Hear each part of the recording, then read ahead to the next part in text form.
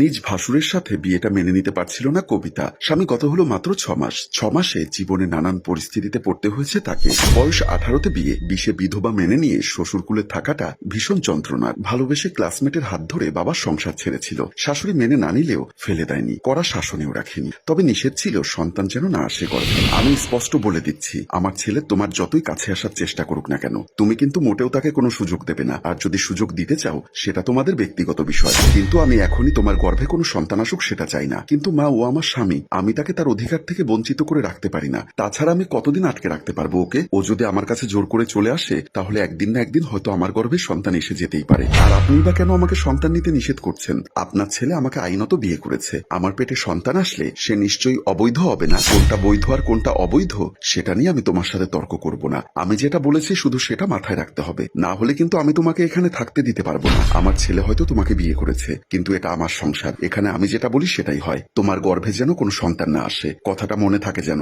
কেন গর্ভে সন্তান আসতে দিতে চান না তার শাশুড়ি, সেটা সেদিন সে বুঝতে পারল না। কবিতা ও সাফিনের বিয়ের 6 মাস পরেই হুট করে সাফিনের ডেঙ্গু হলো। কত চিকিৎসা, ঔষধ, কত কান্নাকাটি, কিন্তু কিছুই ফেরালো না সাফিনকে। মৃত্যু শেষ সময়ে কেবল মায়ের হাত ধরে বলেছিল, মা, আমার অনাগত রেখে গেলাম তোমার কাছে, সাবধানে দেখে রাখবেন ওকে। অনেক ভরসা করে আপনার হাতে দিয়ে যাচ্ছি। যদি শেষ বিচারের দিন সুযোগ হয় তবে আমি আমার আমানতের দাবি করব। সাফিনের মা ছেলের হাত ধরে বলেছিলেন, কবিতা আমার কাছে আমার মেয়ের মতো থাকবে, তুই কোনো চিন্তা করিস না বাবা, আমি ওর গায়ে একটা ফুলের টোকাও লাগতে দিব না। তিনি বলেছিলেন তার আমানত রক্ষা করবে, কিন্তু রক্ষাটা এভাবে করবে জানা ছিল না। আজ কবিতার মনে হয় একটা বাচ্চা থাকলে তাকে অন্তত বুকে নিয়ে রাত পার করা যেত। বুকের যে অংশটা খালি হয়ে আছে সেটা এতটা খালি খালি লাগতো না। এরপরে একদিন কবিতার বাপ ভাইরা এসেছিল। তালুকদার সাহেব ছেলেকে সাথে করে নিয়ে এসে বললেন তারা কবিতাকে নিজেদের কাছে নিয়ে যেতে চায়। আবার এখন ভালো ছেলে দেখে বিয়ে শাদীর ব্যবস্থা করার কথা বললেও আপত্তি করেন না তারা। কবিতার বাবা বলল, আমার মেয়ের বয়স কম, এই বয়সে আমার মেয়ে এখানে বিধবা হয়ে পড়ে থাকবে কেন?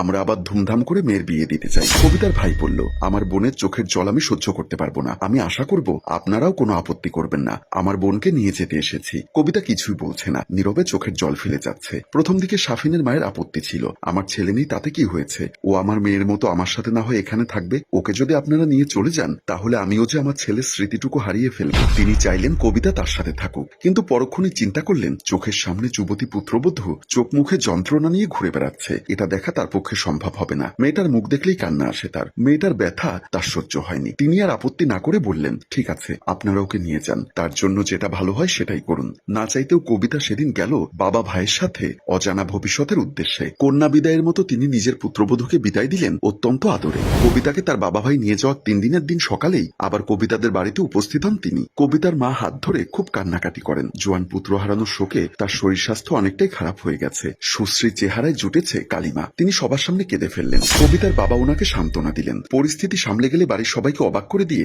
ভদ্রমহিলা নিজ বড় ছেলের জন্য চাইলেন কবিতাকে, বিআই সাহেব, আমি কবিতাকে আমার কাছে রাখতে চাই, ওকে আমি আমার মেয়ের মতো মনে করি, তাই বলছি ওকে আমার বড় ছেলের জন্য দিয়ে দিন। কবিতা আপত্তি জানালো, এ কি করে হয় মা, আপনি এটা কি বলছেন? সাফিনের জায়গা কাউকে দেওয়ার নয়, আমি আমার স্বামীর জায়গা কাউকে দিতে পারবো না মা।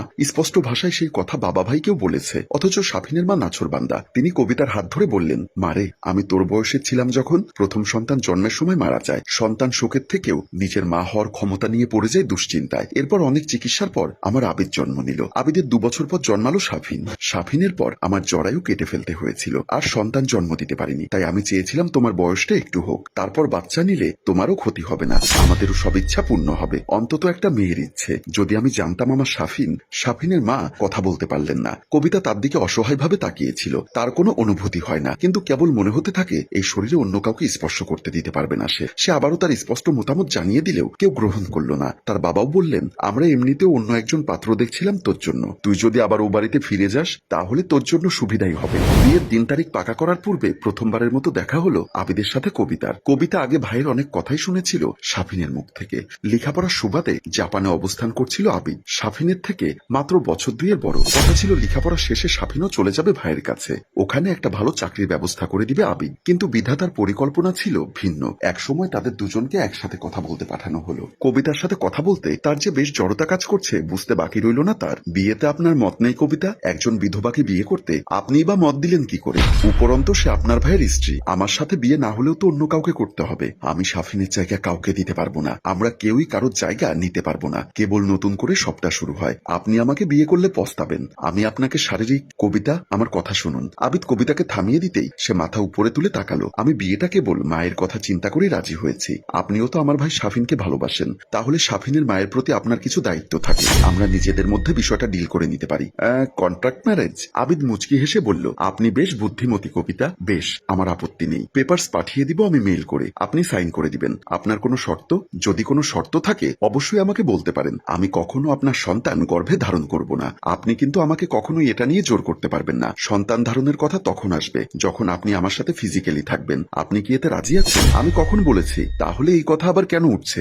আমি শুধু আমার শর্ত জানিয়েছি। বেশ, তবে কথাটা আমার আপনার মাঝেই থাকবে আশা করছি। তবে হ্যাঁ, আপনি চাইলে দ্বিতীয় বিয়ে করতে পারেন বা প্রেমিকা রাখতেই পারেন। মানে আপনার ব্যক্তিগত জীবন নিয়ে আমার কোনো বাধা থাকবে না। আপনি একটু বেশি কথা বলেন। আবিদ কিছুটা বিরক্ত হয়ে চলে গেল। অপরদিকে কবিতার মুখে ছিল মৃদু প্রশান্তির হাসি। বেশ, তবে নামে থাকুক আবিদ তার স্বামী, কিন্তু শাফিন জড়িয়ে থাকবে তার পুরো কল্পনায়। কবিতার শাশুড়ি মা এলেন তাকে নিতে। দু চোখ ভরে দেখলেন কবিতাকে। মেয়েটাকে পরীর মতো সুন্দর লাগছে। রাস্তার ঘরের মেয়ে ঘরে ফিরেছে, তাই তিনি খুব খুশি। শুধু মেয়েটার চোখের জল তিনি এখনো আটকে রাখতে পারলেন না। এটাই শুধু আফসোস, কারণ কবিতা সেই মেয়েদের একজন যারা জীবনে শুধু একজনকেই ভালোবাসে, একজনকে সব অধিকার দেয়, একজনের কাছে নিজেকে সঁপে দেয়, আর কাউকে কোনোদিন সে শাফিনের অধিকার দিতে পারবে না। সম্মানিত ভিউয়ার্স, আপনাদের কি মনে হয় মেয়েরা কি সত্যি স্বামীর জায়গায় অন্য কাউকে বসাতে পারে? আপনাদের মূল্যবান মতামতটি অবশ্যই আমাদের কমেন্ট বক্সে জানাতে ভুলবেন না। আর হ্যাঁ, গল্পটি যদি ভালো লেগে থাকে তাহলে অবশ্যই শেয়ার করে দিবেন। গল্পটির ভাবনা ও পরিচালনায় অভিক, ক্যামেরায় শিহাব এবং প্রযোজনায় মঞ্জুর মোর্শেদ। ধন্যবাদ।